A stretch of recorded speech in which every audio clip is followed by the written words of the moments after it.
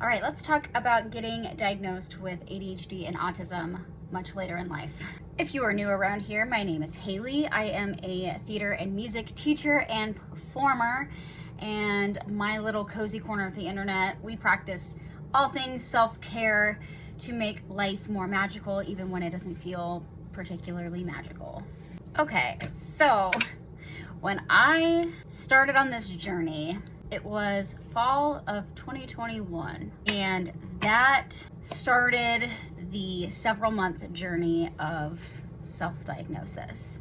And let me start off by saying TikTok is a really cool and magical place because there are so many things within my mental health and like spiritual journey that I would not have figured out or had access to if TikTok did not exist. Because where I initially found out was one of those stupid put a finger down challenges, which like if somebody doesn't say what it is off the bat, I'm very curious, so I will just sit and listen. It was very funny because I put down every single finger, and then the person was like, if you put down X amount or more fingers, then you likely might be autistic and you should go talk to your doctor. And I just was like, I needed to, what? And I had the internalized like ableist thought of, I can have conversations. There's no way I'm autistic. So that journey was pretty wild. I'm not gonna lie.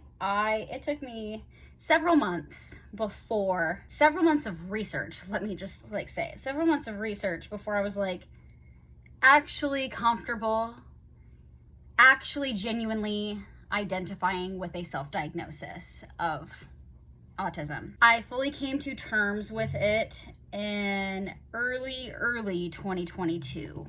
And I existed and kind of just like went around life with a self-diagnosis until fall 2023. So it was about 2 years before I got an official diagnosis.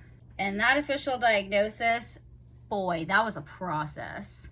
If anybody wants to hear kind of like, I guess, the story of getting my diagnosis, I'm happy to talk about it.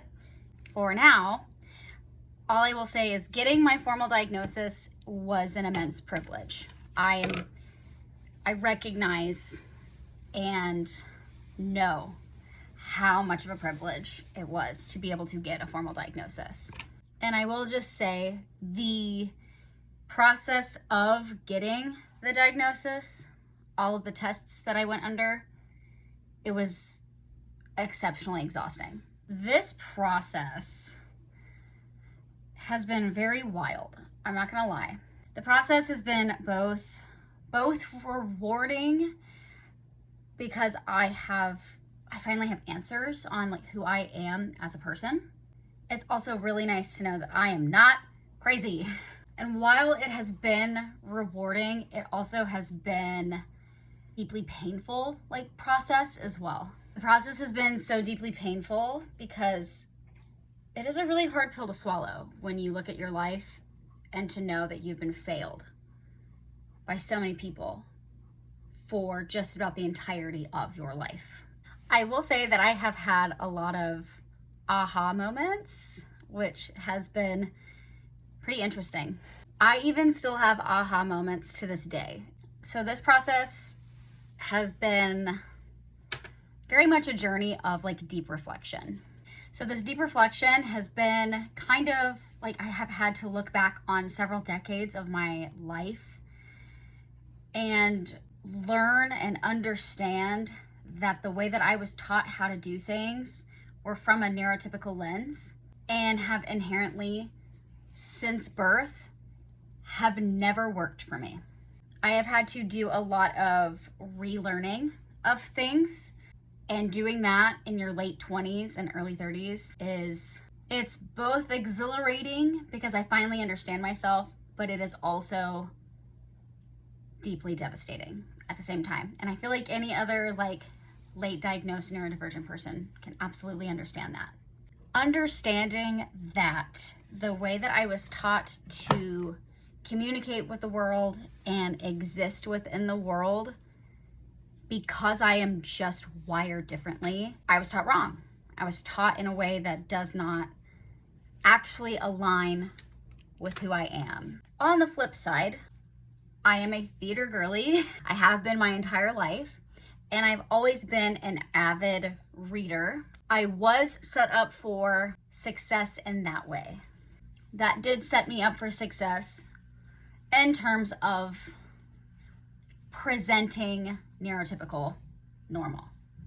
That was a major, major factor in my diagnosis being so delayed. That, and then also having a very shitty family, I was able to present pretty normal for the majority of my life. But that is a story for another day. By learning about characters' deep emotions and empathy, by being inside of a character's mind, whether it be in a book, on stage, in a script, TV show, what have you, that is how I learned to be in touch with my emotions and my empathy. And I thank my lucky stars for that literally every single day. By learning these things, by literally being in the mind of somebody else and stepping into the state of or into the shoes of someone else, I learned what was generally good, bad, not, whatever. By doing that, it generally kept me afloat for many, many years. And because it kept me afloat for many years, I then therefore was misdiagnosed for a very long time. I received the misdiagnosis of bipolar disorder when I was 17. And I lived believing that I was the crazy side of bipolar disorder for over a decade. And I use the words crazy with hard air quotes because that is actually what people called me. When you struggle with wanting to stay alive because you are in a constant state of fight or flight, survival mode, and burnout, because you are literally disabled and you do not know, yeah, that's how it feels. That is how it feels. You feel crazy. You feel absolutely crazy. A part of getting diagnosed as well, I also learned that I also have the fun blend of autism and ADHD, which, like, the best way to describe it is kind of like the angel and the devil on your shoulder. This journey so very much has led me to finding myself. And I feel very lucky for that. My empathy and my brain, God damn it, they are my superpower. I don't think I would be half as successful within my interpersonal relationships, half as successful in my career, half as successful within my academic career if I wasn't neurodivergent. I genuinely believe that. I don't even think I would be as, even just like a fraction of how happy I am if I wasn't neurodivergent. Especially if I didn't feel love this deeply. If I didn't feel love this deeply, my life wouldn't be as full and as rich as it actually is.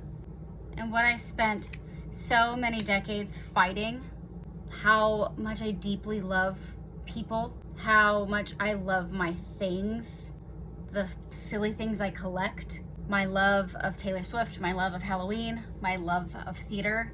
I don't have the capacity to love somebody or something in a chill way. So if somebody or something has my love, it's special. It's very, very special. All of these things make me who I am.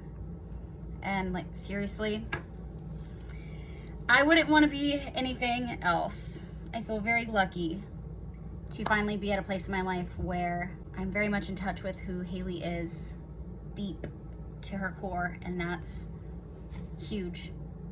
That's huge, and it makes me really happy. So thank you for listening about my diagnosis journey. It's definitely been pretty crazy. If you have any questions, drop them down below. I'm happy to answer them.